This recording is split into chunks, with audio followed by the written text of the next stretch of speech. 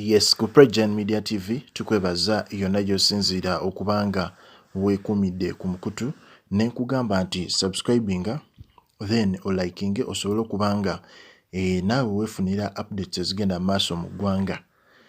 Bingi ebigenda mu maaso mu ggwanga naye ffe twewaayo okubanga tukuwa buli kimu. Yes, nga bulijjo buli 31 ng'omwaka guggwako omukulu amanyiddwa nga BEBE COOL naye ng'omuntu ayina listi z'akola. Ayina listi z'akola ng'alaga abayimbi be abamusingiddemu ogwo omwaka.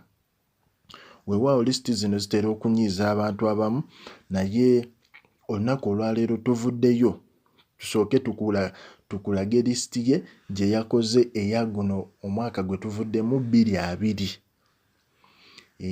Era nga mu listi eno mubaddemu ebyewuunyisa bingi naye kankutandikire gye yasookedde. BEBE COOL ono yasoose ne mwana mulenzi amanyiddwa nga PIUS MAYANJA oba muyite Pallaso. N'agamba nti omukulu Pallaso ono omwaka guno abantu bamwagadde nnyo okusingako omwaka oguwedde. Olw'ensonga nti karakita ye ne music we abantu baali tebabyagala mu 2019. Naye omukulu ono Pallaso agezezzaako okulwana okubanga abotola ekisaawe eky'okuyimba olw'ensonga nti wabaddewo baganda be babiri omuli Chameleone omuli ne Weasel nga kiyinza omubeerera ekizibu y'okubotola. Naye omwaka 2020 omukulu ono Pallaso asobodde ogufufugaza n'abanga y'omu ku basoose ku listi ya BEBE COOL n'abanga yakuba ennyimba nga MALAMU n'akuba ennyimba nnyingi ez'enjawulo. So n'abanga akolifayinza okubeera ku listi yaani ya mwana mulenzi amanyiddwa nga BEBE COOL. Omuyimbi abadde mu kifo ekyokubiri ye OPOKA. OPOKA ono nga erinnya lye erya ddala oba erya stage gwe bayita Mr. EeZZY. Mr. EeZZY ono Munnayuganda era talenti y'amaanyi nnyo olw'ensonga nti yatukuba oluyimba okyasinza okuba oluyimba olw'omwaka olwa hiitinga eggwanga ddamba olumanyiddwa nga TUMBIZA SOUND. OPOKA ono enkizo gy'alina okuba nti ku listi ya BEBE COOL yasazeewo apiyaringe eri nti omukulu ono ava mu Northern Uganda ate aba ayina engeri gy'asikamu banne. Okusinziira ku BEBE COOL agamba nti ayina engeri gy'abasikamu banne abali mu up country okusobola okuba nga bekkiririzaamu. Nga neeyongeddeyo omanyi BEBE COOL akola eno listi buli mwaka nga guweddeko. Era kirabika simanyi oba maaso awo agenda atandika kola za awaadi kye simanyi naye nga listi ye ffe tukuwa bigenda mu maaso. Omuyimbi addako amanyiddwa nga Tadeo Mayiga oba muyite Zex birangirangi n'agamba nti ono omukulu wa Firebase era yakuyimbira ennyimba nga Ratata n'akulimbira oluyimba nga N'alinda. N'agamba omukulu ono abadde nnyo dancehall king mu 2020 ennyimba ezisinga zaakubye zibadde z'amaanyi era nga talenti y'amaanyi era n'agamba nti I'm betting on him n'agamba nti amusibirako ne ssente nti ajja maintaining eyo steady progress 2021. Omukulu Zex birangirangi.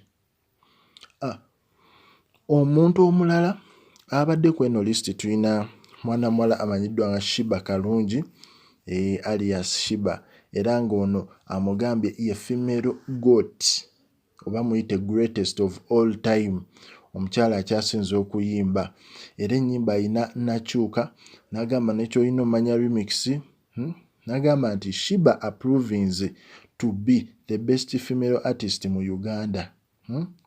N'agamba ono omukyala teri amusinze yimba nnyimba era mwaka ku mwaka akakasizza nti ali omu yasala line n'abanga yegatta ku ba big size omuli ba Chameleone, BEBE COOL, ba Bobi baani abali waggulu mu nsiike y'okuyimba.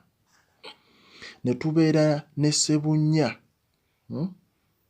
Alpha naga oba alias Mudura nagamba nti oluyimba lwe Muyaayu nagamba nti lulumu ku nnyimba ozikyasinze okubanga zikubwa mu 2 nagamba era eno talent y'amaanyi yamuwulira nga awandiika ennyimba z'abantu abanene nga Sindi, Kalokasiita, Vinka osegeera ate era n'avaayo n'oluyimba nga lunene nagamba what a real Muyaayu, kudos anyway.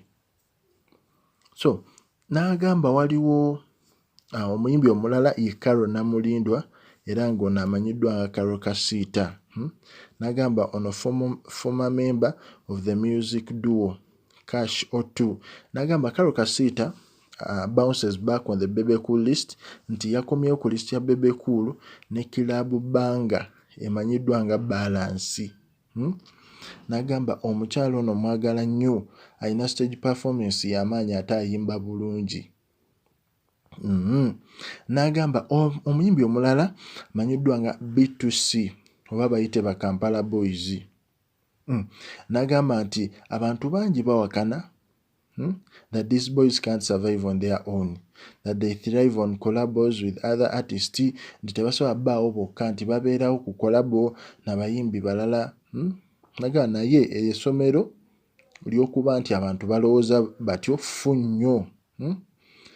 N'agamba nti bano abaana basalawo babakakase bwe baakuba oluyimba lwa Mundaawo n'agamba luno oluyimba lwa maanyi nnyo yadde mbasuubiramu kinene osegeera okusinziira ku nnamba yaabwe osegeera ategeeza ba B2C. Ku lisiti ya BEBE Cool omulala tulinako Nakanwagi Winifred alias Wininwagi n'agamba omukyalo ono w'amaanyi n'agamba the female version of BEBE Cool osegeera nti nga bw'ali BEBE Cool akola kimusanyusa ate n'ono akola kimukola ki n'agamba oba ayina ebituli kabina gwabira gwamanyi osegeera n'agamba nga bulijjo omukyalo ono Wininwagi atuukiriza okuba ku lisiti ya BEBE Cool we yatukuba oluyimba nga Jangu nekwata essimu naganoga nti omukyala Wininwagi ono approvinze ba single mothers nti basobola okuvaayo ne bahasolinga ne babaako we bakola ki we batuuka. Omuyimbi omulala n'agamba ye mwana mulenzi amanyiddwa nga Eddy Kenzo n'agamba nti omukulu Eddy Kenzo akomawo ku lisiti ya BEBE Cool n'ennyimba nga Tweyagale osegeera n'agamba luno oluyimba lwali lw'amaanyi until March nga lockdown etuuse n'agamba waakawe yeeyogerera.